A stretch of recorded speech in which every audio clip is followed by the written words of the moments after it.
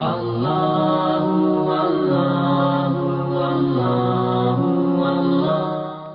جمعہ کے بارے میں روایت ہے کہ فقط فرش پر نہیں بلکہ عرش پر بھی ان کے نام پر ملائکہ جمع ہوتے ہیں۔ شب جمعہ اس اعتبار سے کہ سارا سال ہی اہل بیت اطہار سے منسوب ہے، خاص طور پر دو ہستیوں سے، سید الشہداء حضرت ابا عبداللہ الحسین علیہ السلام کی زیارت کی رات ہے، اور مولا امام زمانہ عجل اللہ تعالی فرجہ الشریف اللہم صلی علی محمد، انہیں بھی خاص طور پر یاد کرنے کی رات ہے۔ اور اتنی بھی گزارش کر دوں کہ شب جمعہ ایک مناسبت تو یہ ہے، اس کی دوسری مناسبت ظاہر ہے کہ دعائے کمیل اور گناہوں سے مغفرت ہے، اور تیسری مناسبت ہے کہ اپنے مرحومین کو یاد کرنا۔ اور ایک انتہائی لطیف بات یہ ہے کہ جتنی مناسبتیں شب جمعہ کی ہیں، اگر اس میں مرکزی ہستی اور کسی مرکزی ذات کو آپ دیکھنا چاہیں کہ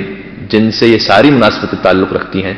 تو وہ بنت رسول، دختر رسول حضرت فاطمہ زہرا سلام اللہ علیہا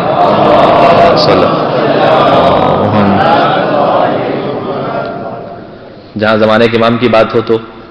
دعائے ندبہ میں جب ہم کہتے ہیں کہ این الطالب بضم المقصول بکربلا، کہاں ہے وہ مولا کہ جو کربلا کے خون ناحق کا انتقام لینے والے ہیں، تو روایت میں ہمارے پاس ہے کہ مولا جب تشریف لائیں گے تو خون سید الشہداء کا بعد میں انتقام ہوگا، مصائب حضرت زہرا کا انتقام پہلے لیا جائے گا، کہ مولا مدینہ تشریف لے جائیں گے اور ان قاتلوں سے اور ان ظالموں سے انتقام لیں گے جنہوں نے بی بی کے حق میں ظلم کیا ہے۔ یہاں سید الشہداء کی زیارت کی بھی رات ہے آج شب جمعہ، تو مولا کی اہم ترین زیارت زیارت عاشورہ، اس کا جملہ بھی یہی ہے کہ لعن اللہ امتا اسست اساس الظلم والجور علیکم اہل البیت، کہ سید الشہداء کے قاتلوں پر بعد میں لعنت ہے، یا پہلے ان لوگوں پر لعنت ہو جنہوں نے اس ظلم کی بنیاد رکھی کہ جو اہل بیت اطہار کے حق میں ظلم کیا گیا،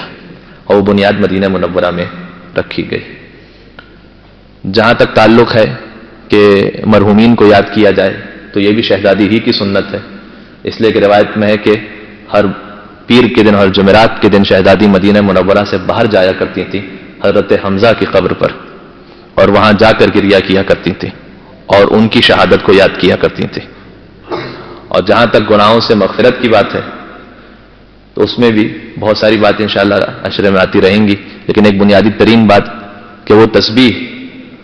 کہ جو بیوی کے نام سے منسوب ہے، اور ہم ہر واجب نماز کے بعد اس تسبیح کو پڑھتے ہیں، کہ انشاءاللہ بشرط حیات بشرط توفیق اگر موقع ہوا تو انشاءاللہ اس تسبیح کے بارے میں بھی ایک مجلس گزارش کروں گا۔ لیکن اس تسبیح کے بارے میں ایک روایت یہ ہے کہ جب نماز ختم ہو